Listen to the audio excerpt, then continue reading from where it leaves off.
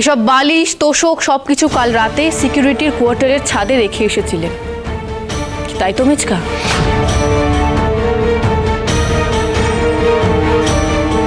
এইসব সুধা জানলো কি করে?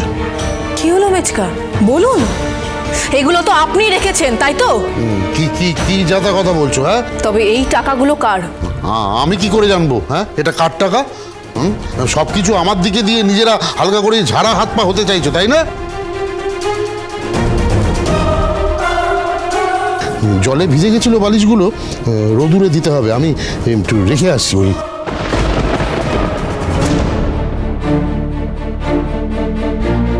উমা, এগুলো তো আমাদের ঘরের বালিশ। একে এখনই কথা বলতে হলো?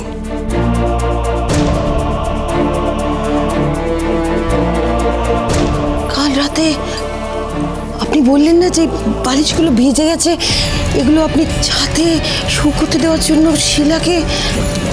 শিলা, কি আমাকে তো মেজবাবু কিছু বলেনি? হ্যাঁ, বলবে কেন? এই টাকার ভাগ হয় নাকি? আর শাশুড়ি মা কাল রাতে এই বালিশগুলো জলে ভেজে নি, ওতে তো টাকা ছিল।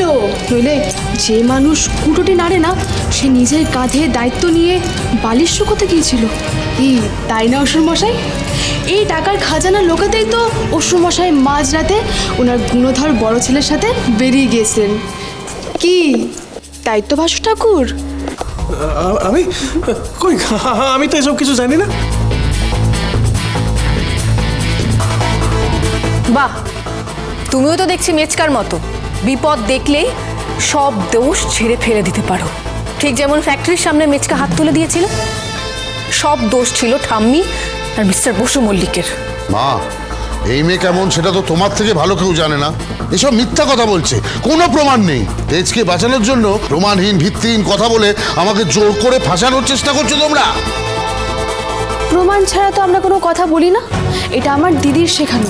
যুদ্ধে অস্ত্র আর অপরাধের বিরুদ্ধে প্রমাণ দুটোই দরকারি। কি প্রমাণ আছে তোমাদের কাছে?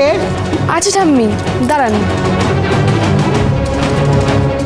এই যে প্রমাণ, দেখো দিদি, দেখলে বড় মা? প্রমাণ দেখো মা, দেখুন ঠাম্মি, এই যে প্রমাণ।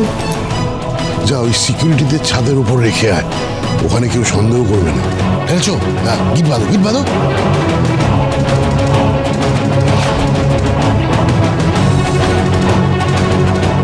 এই গদিতেও টাকা আছে বৌদি, এই বালিশ, এই টবের গাছটাতেও টাকা রয়েছে। শুভ বিবাহ সোম থেকে রবি প্রতিদিন রাত ৯টায় স্টার জলসায়।